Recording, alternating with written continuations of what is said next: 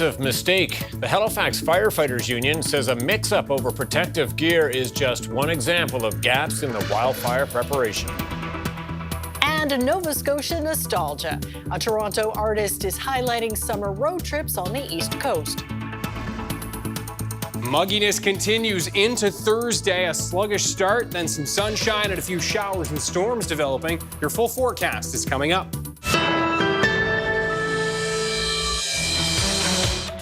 A Halifax tenant is speaking out after spending almost a decade trying to get her landlord to repair problems caused by repeated flooding in her unit. She feels she's no closer to a resolution and believes the province's residential tenancies program has no teeth. Nicholas Sagan reports. Karen Crane's apartment looks like a construction site. She says it's been like this for months, and she's been trying to get repairs done for almost 10 years. She says she's fed up. I'm a woman who has some resilience, but I'm broken down a little bit here. You know, I'm fading. Crane says her apartment started flooding shortly after she moved in 2015. She says over the years, her landlord sent in workers to try to fix the problem, but nothing worked. My question to anybody who stayed in an apartment that was not being repaired for 8 years, 6 years, 10 years, why did you not leave? Crane says she stayed because she loves her place and it's affordable to her.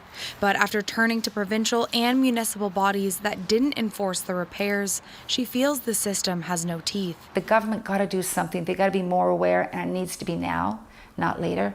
This lawyer says she hears this story often. The frustrating part is that a lot of the times the advice that we can give doesn't feel very great because there aren't very many options that people can access to get repairs completed. The head of the province's residential tenancies program says there is an effective way for tenants to enforce repairs called a rent abatement, though it may not be well known. They could ask for my rent to be reduced by that amount until the repair is made. So I like this because it incentivizes the landlord as well to get the repair done faster, because they're then losing money while the repair isn't being made. Crane's landlord, Navid Saberi of United Golf Developments, did not respond to an interview request. Crane is now preparing for a new hearing in mid-July. Nicholas Sagan, CBC News, Halifax. A 38-year-old New Glasgow man was found early this morning after more than 5 hours in the water off Melmerby Beach in Pictou County. RCMP say the call came in last night around 8 p.m. about a person in the water. Multiple emergency teams were involved, including the Coast Guard and the Joint Rescue Coordination Center. RCMP say the man was located after 2 this morning. He was taken to hospital for assessment. A 72-year-old man from Nova Scotia was found dead on the shore of an island in southern Maine. The State's Department of Marine Resources says the man was sailing with 2 other people when they ran aground on a rocky shoreline on Isle aux Haut early Monday morning. The boat started breaking apart and they called for help at around 3 a.m. The man's crewmates said they pulled the man to shore, but he was already dead after being in the water for an hour. The Halifax Firefighters Union is raising concerns after a mix-up with protective gear. The city thought they ordered new wildfire coveralls after the blaze in Upper Tantallon 2 years ago, but it turns out they ordered the wrong kind that do not meet wildfire standards. The CBC's Haley Ryan has the story. The Halifax Firefighters Union says a mix-up over protective gear is just one example of gaps in the city's wildfire preparation. After the major blaze in Upper Tantallon 2 years ago that destroyed 151 homes, the municipality ordered a second set of wildfire coveralls for members, or they thought they had. While they look almost identical to the right ones, the new ones were actually industrial coveralls for workers facing short flashes of fire. They do not meet wildfire standards for working in sustained heat. The Firefighters Union says the mistake was noticed in April, but it took until mid-June for the municipality to react. And so there could be bad consequences from this gear. So we've been lucky that the wrong thing hasn't happened so far. Halifax Fire has told members to return the new coveralls, which will be replaced with proper ones. The union says it could be a few months until they arrive. And they are expensive. The union says each set is worth more than $600 each. By now, Mars says many of the original proper wildfire coveralls have also expired. So situations might come up where only one person on a crew has the right gear. So does that person go to the woods by themselves and take equipment in? I would suggest absolutely not. And so we are left with that dilemma of going in and violating the directive or watching loss increase that we could otherwise stop if we had the proper equipment. A Halifax Fire review of the Upper Tantallon wildfire brought up 56 ways the department should improve to better handle these situations. But the union says members are frustrated and worried that lessons have not been learned. Mars says there was a delay bringing in new sprinkler trucks and hands-on training for the wildland urban interface area where woods and homes meet has not been rolled out. The Halifax municipality says more training is coming soon. It says about $167,000 was spent on the wrong coveralls, and they are addressing the unfortunate error. But they say 94% of Halifax Fire members do have coveralls that meet wildfire requirements, leaving about 70 members needing replacements. This order should cost the city about $50,000. Haley Ryan, CBC News, Halifax.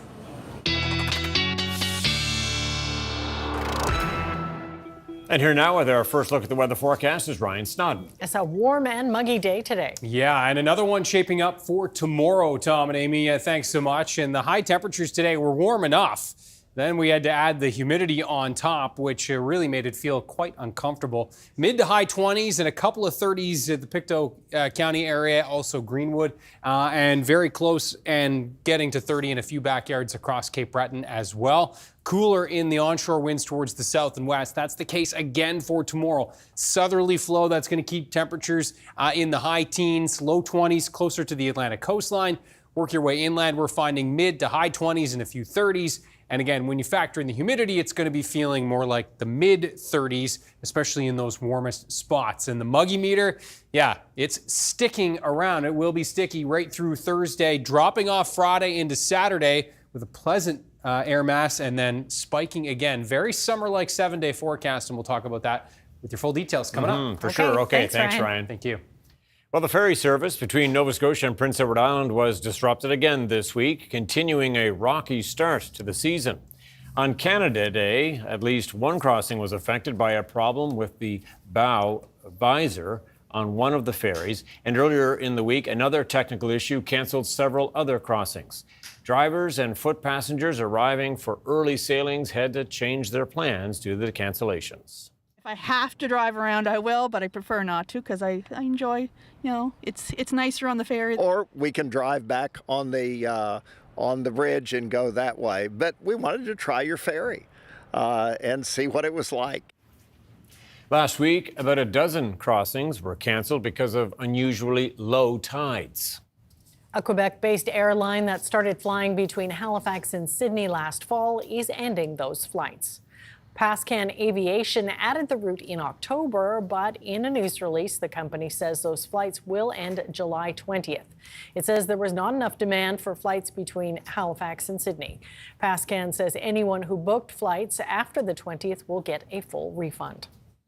A tentative agreement has been reached between the Atlantic School of Theology and its faculty association, averting a strike that had been set to begin this week. In a statement, the Theology Faculty Association says discussions addressed job security, salary, and preserving the school's identity.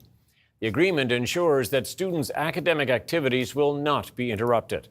Details of the agreement will be made public following a vote ratification by faculty and the Board of Governors. One of the first skilled refugees to arrive in Nova Scotia under an immigration pilot program is celebrating another milestone after recently becoming a Canadian citizen. Agnes Lamoro, who is originally from South Sudan, first arrived as a refugee about 4 years ago. As Gareth Hampshire tells us, she went on to gain her nursing credentials and is now grateful to call Canada her home. It's a special day for Agnes Lamoro, who's celebrating becoming a Canadian citizen 4 years after arriving in Nova Scotia as a refugee. I couldn't be more proud. She's been on quite a journey to get to this point, including escaping civil war in her home country of South Sudan as a child. She lived in Uganda and Kenya before getting the chance to come to Canada under an immigration program that led her to her new home in Pictou County. A community that has embraced me, and I don't think I've ever felt like, a sense of belonging. And today feels like it's like sealing that, that sense of belonging. She first worked as a continuing care assistant after arriving through the Economic Mobility Pathways Pilot, or EMPP, then followed her dream to become a registered nurse by upgrading her credentials. Agnes was one of the very first individuals to arrive not only in Nova Scotia but in Canada through the EMPP program. And so to see her come full circle and become a citizen now is quite exciting. As exciting as it is, she is feeling a mix of emotions because she's still apart from her family.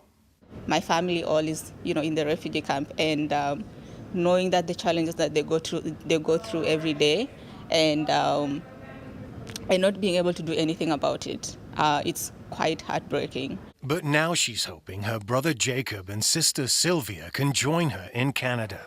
She's getting help to make that happen. We'll soon be sponsoring Agnes's brother and sister, who are in a refugee camp in Uganda, and they've been separated for many years. So this is exciting to be here, see her become a Canadian citizen, and eventually welcome her brother and sister here. She's looking forward to providing the same safe place for her brother and sister in a community she's thankful to serve and feel a part of. There's no going to be any wondering, is this home, or are we going somewhere else after this? Gareth Hampshire, CBC News, Halifax. A newly renovated basketball court is a slam dunk in Halifax's North End. This court at Highland Park Junior High had its grand opening earlier this week. It was chosen for upgrades in recognition of the African Nova Scotian population in the area. The work was done with the help of nonprofit group Giants of Africa. The court has a new acrylic floor along with new nets, bleachers, and fencing. The project cost around $500,000. Very impressive looking. Well, a Toronto-based textile artist has found inspiration in Nova Scotia. Yes, she's created what she's calling the scenic route. The CBC's Cassidy Chisholm has more. Color Nova, so we have a little piece of Nova Scotia. Adriana Matzig loves Atlantic Canada. It's the inspiration for a lot of her artwork, which has been drawing attention from people worldwide. It's the people, it's the culture, it's the pace of life, it's really the ocean.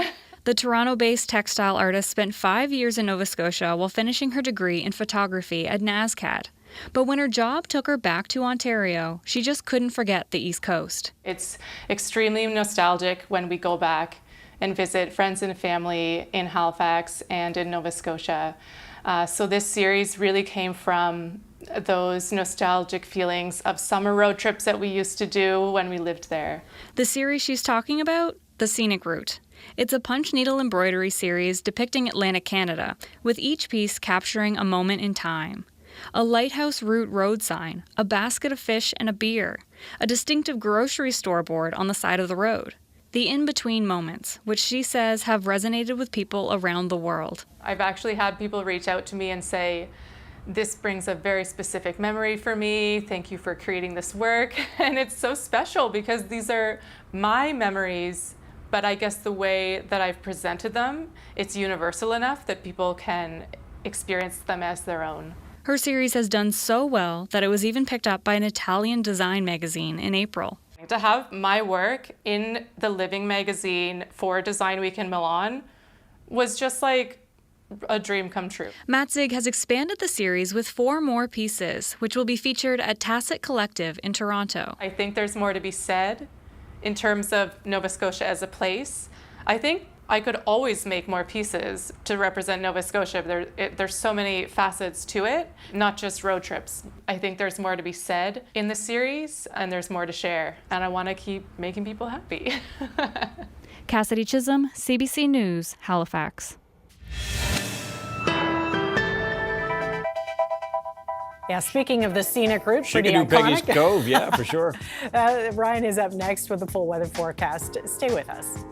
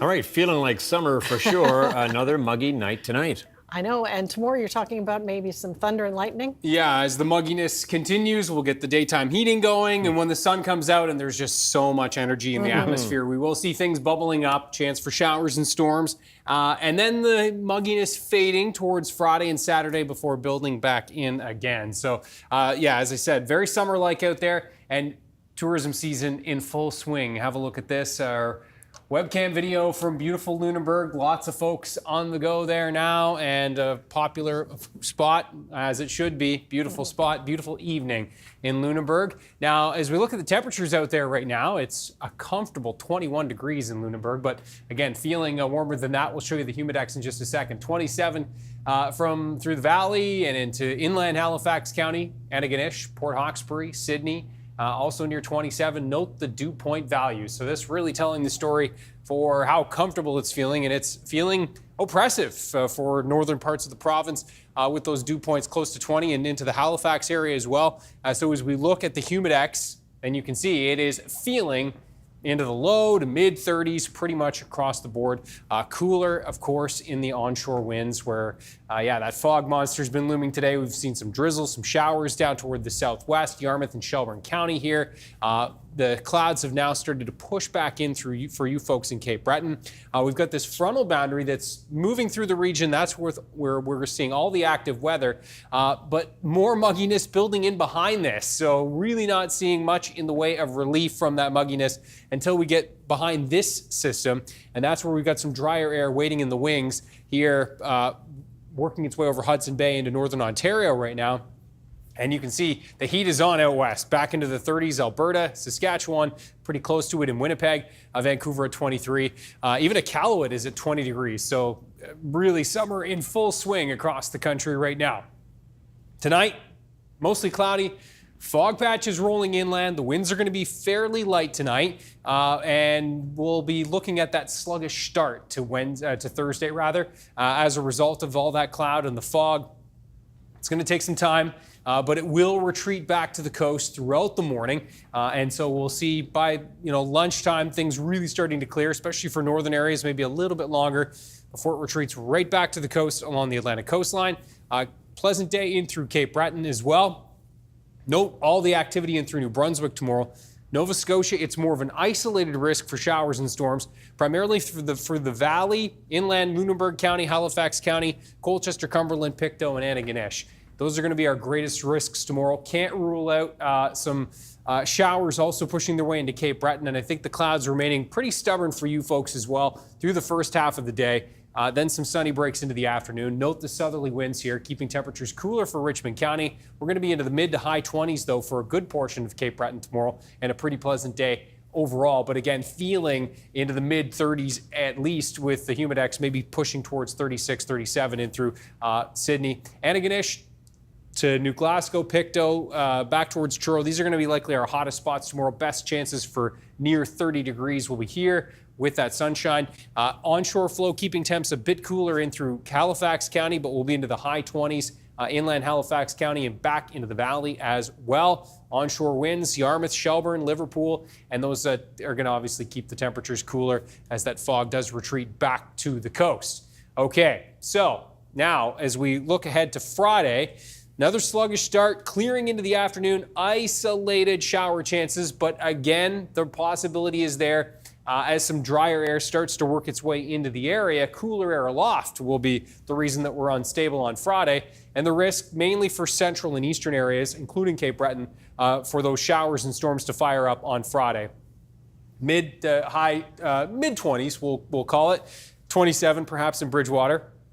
And then as we move into Saturday, the center of this low kind of spinning around through the Gulf. And yeah, this model in particular showing, given the cooler air aloft, the potential for some isolated showers and storms. Again, Cape Breton back into the North Shore. So just a heads up on that. That muggy meter, again, crashing down on Saturday and then building back in on Sunday and Monday. And you're going to see that indicated here with, yes, the potential for more showers and storms for Monday. But at this point, it's eastern shower risk, primarily the east and northeast on Saturday. Sunday looking quiet, but increasing clouds and turning muggy, and then active weather back in for Monday. But yeah, pretty summery looking 7-day there for sure. Yeah, it's here, all right. For sure. Okay, thanks so much, Ryan. Thank you. Thanks, Ryan. Well, we've got another story to share with you now about some new Canadian citizens. 49 people from 18 different countries took their oath as citizens yesterday in a special Canada Day ceremony. Have a look. I swear that I will be faithful and bear true allegiance to His Majesty, King Charles III. Did you all become Canadian citizens today? Citizens today, yes. Okay, wow. And how does that feel? Great. It's a lot of effort and time involved to become citizen, and a lot of pride through the service, or the ceremony rather, to become a citizen. So we're very proud today.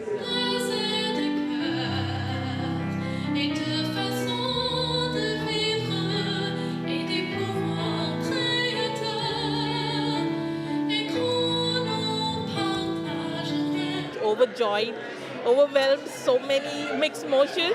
Yeah, it's a great feeling, especially when it's Canada Day. It is overjoyful. Yeah. Aki Krishna Satizan.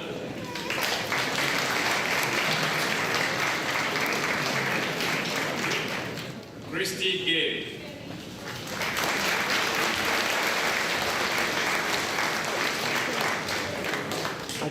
They're just everything. I just love Nova Scotia. It's a fantastic place to live. It's such a privilege to be able to become a Canadian and to do it on Canada Day. That's just the icing on top of the cake. It's wonderful.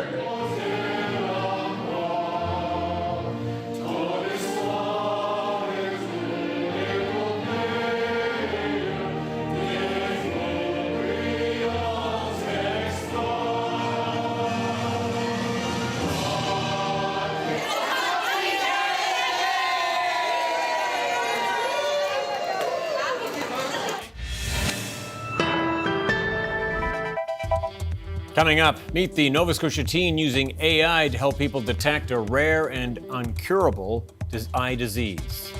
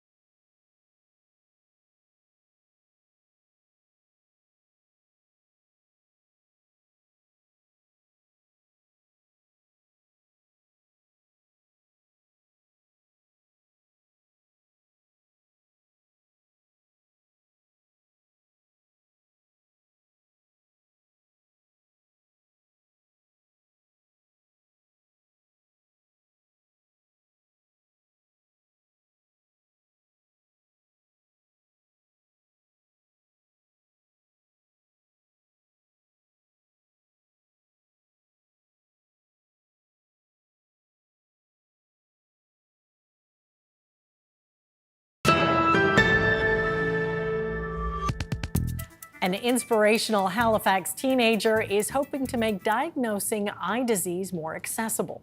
As I found out, the teen has developed a tool that might one day help do that.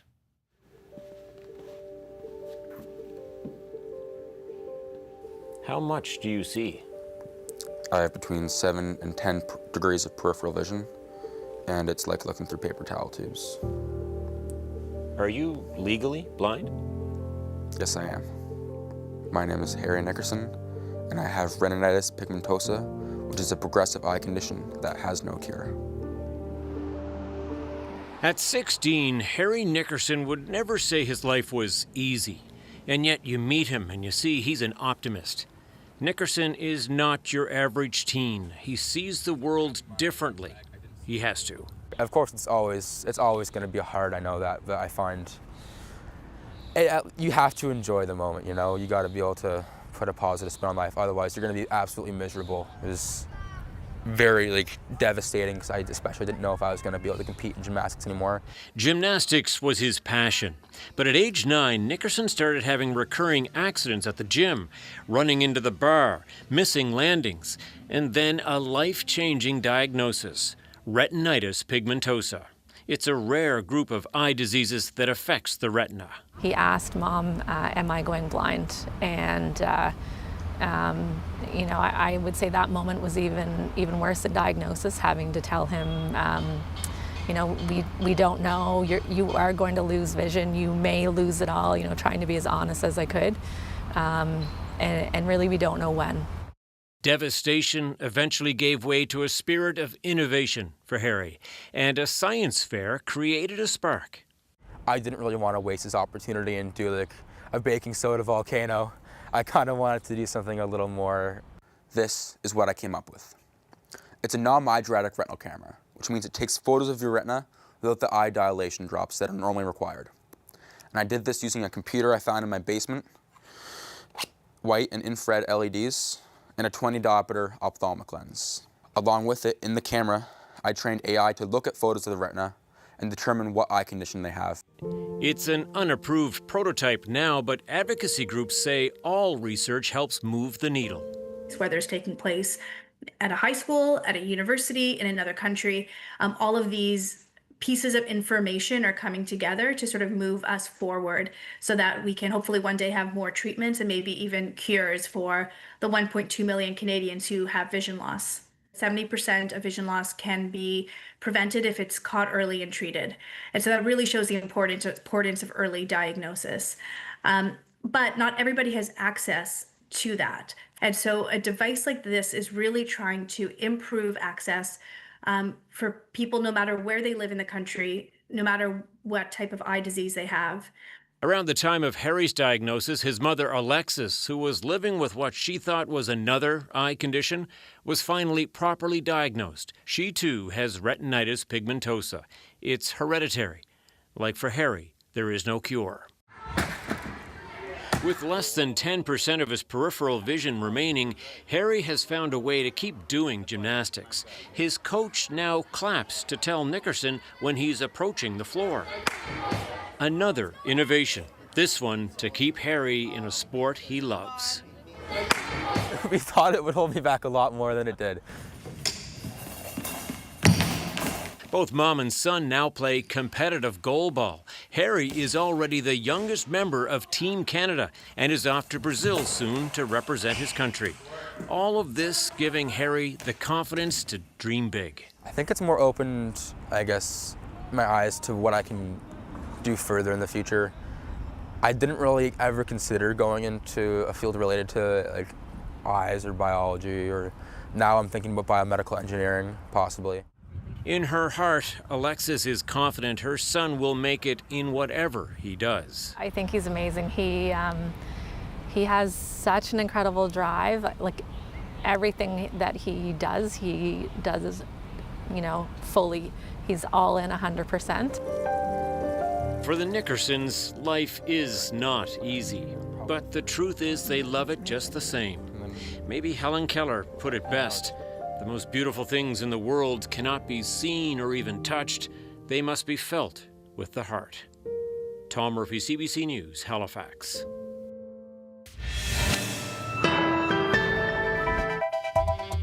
Coming up, Prime Minister Mark Carney meets with automotive sector CEOs as concerns mount over U.S. tariff impacts. And rap mogul Sean Diddy Combs is convicted on prostitution charges but cleared on more serious counts.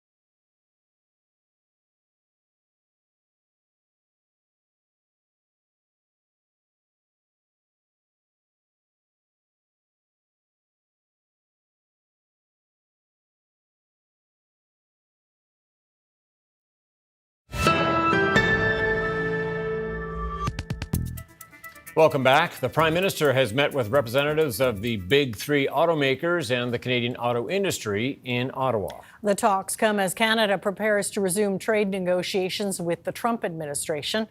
As it stands, tariffs on the sector remain at 25%. The CBC's Olivia Stefanovich has more. Automakers arrived at the Prime Minister's office with a clear objective. What do you want to get out of today's meeting?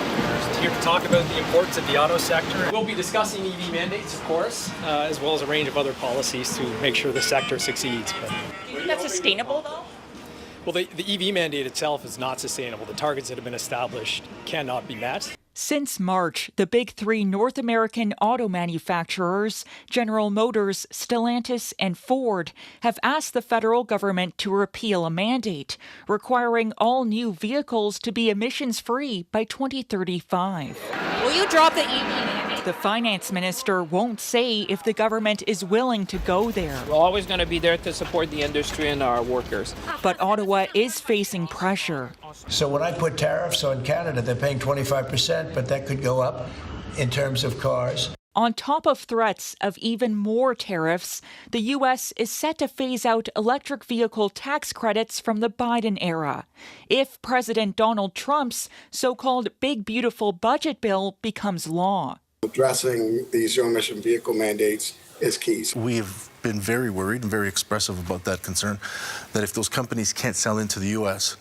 profitably, they won't sell into the U.S. profitably. These aren't charities, they're publicly traded companies. The Prime Minister's office says Mark Carney spoke to automakers about the work his government's doing to land a new trade deal with Trump by July 21st. We're doing what's necessary in order to get the best deal for Canadians, and we get the best deal for Canadians, we'll agree to it. If there's no agreement by that deadline, the federal government vows to impose countermeasures, retaliatory tariffs that Carney says will match the state of negotiations.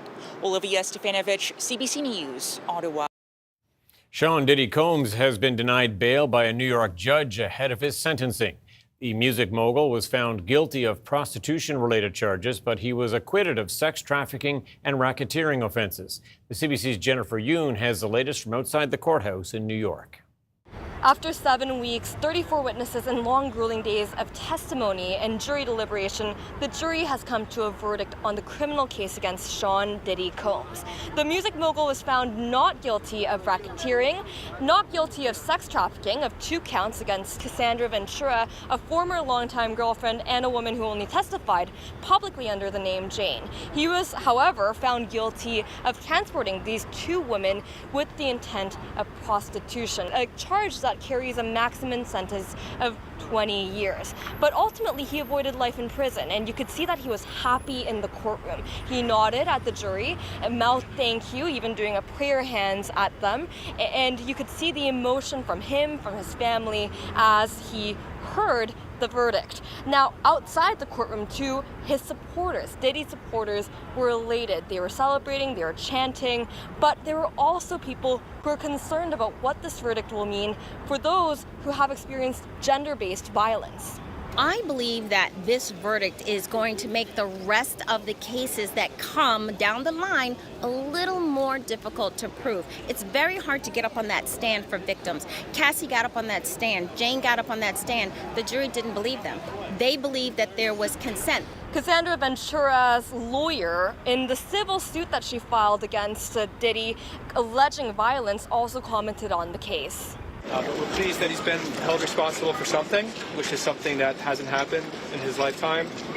And, we're hopeful that ultimately he receives a substantial sentence for what he's done. And, we're pleased that Cassie's brought to light everything that has happened in this trial. I just spoke with her and with the U.S. Attorney's Office team.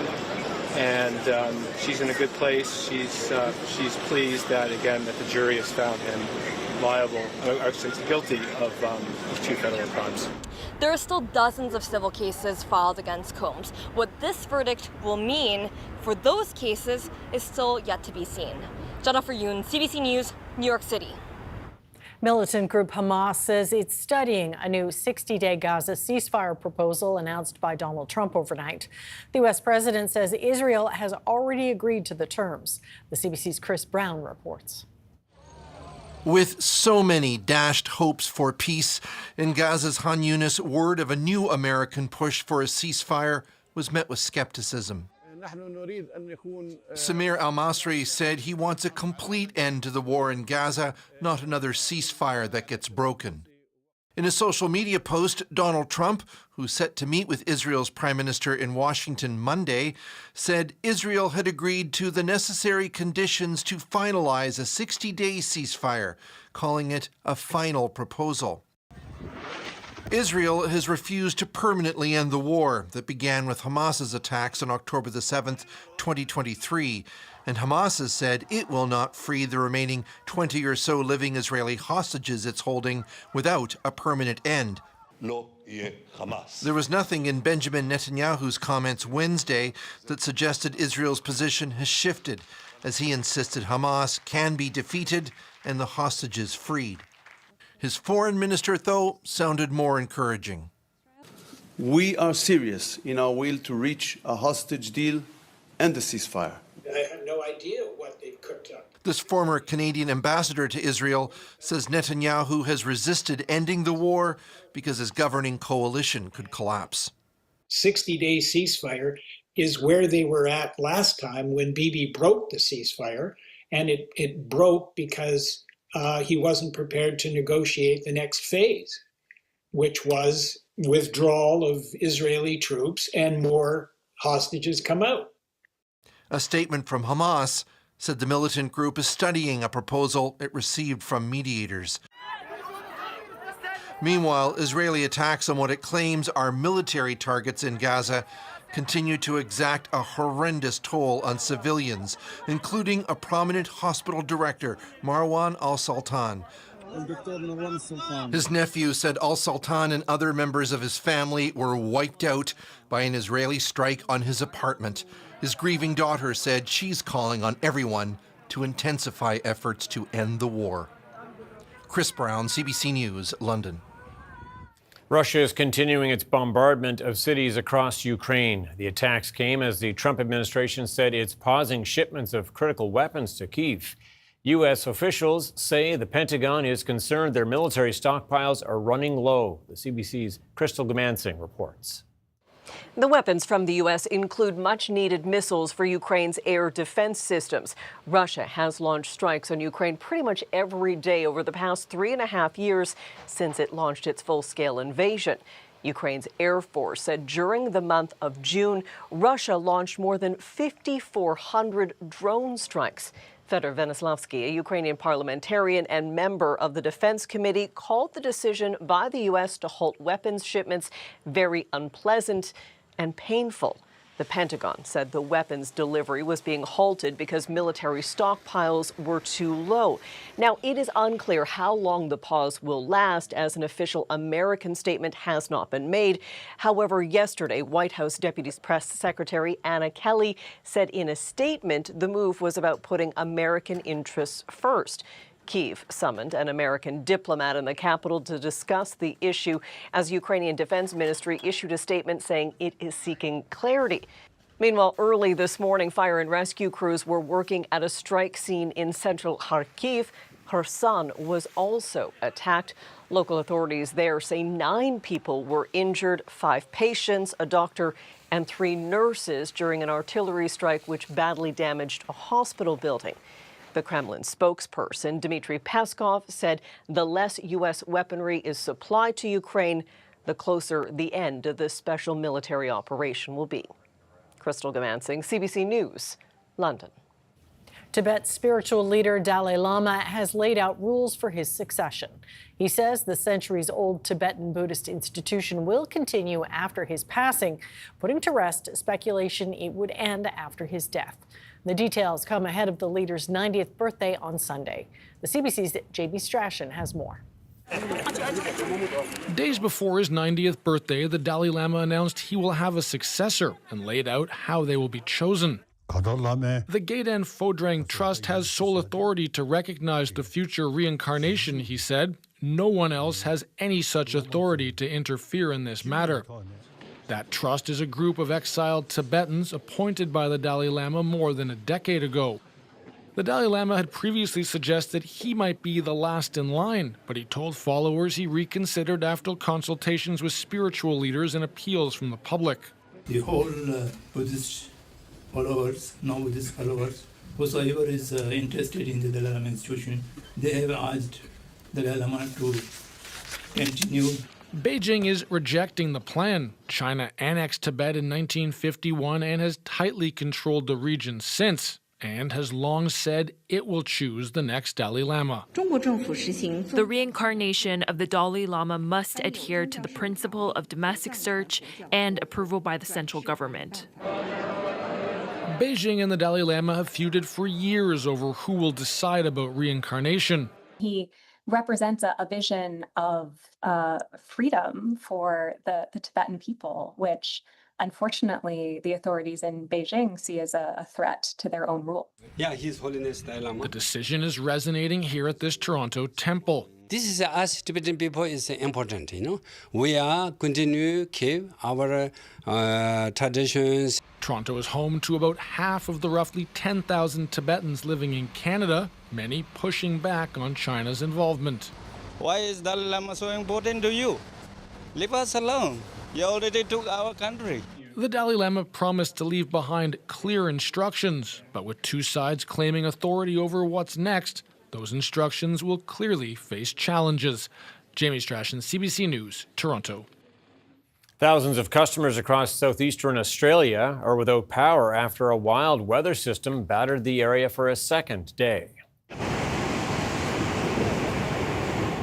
The system, described as a bomb cyclone, lashed the southeast coast overnight, bringing intense wind gusts and 13-meter high waves. It uprooted trees and damaged power lines. It also triggered flash floods, forcing some residents to flee, officials say.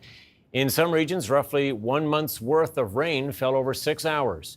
Conditions are expected to worsen throughout Wednesday before the system moves towards New Zealand.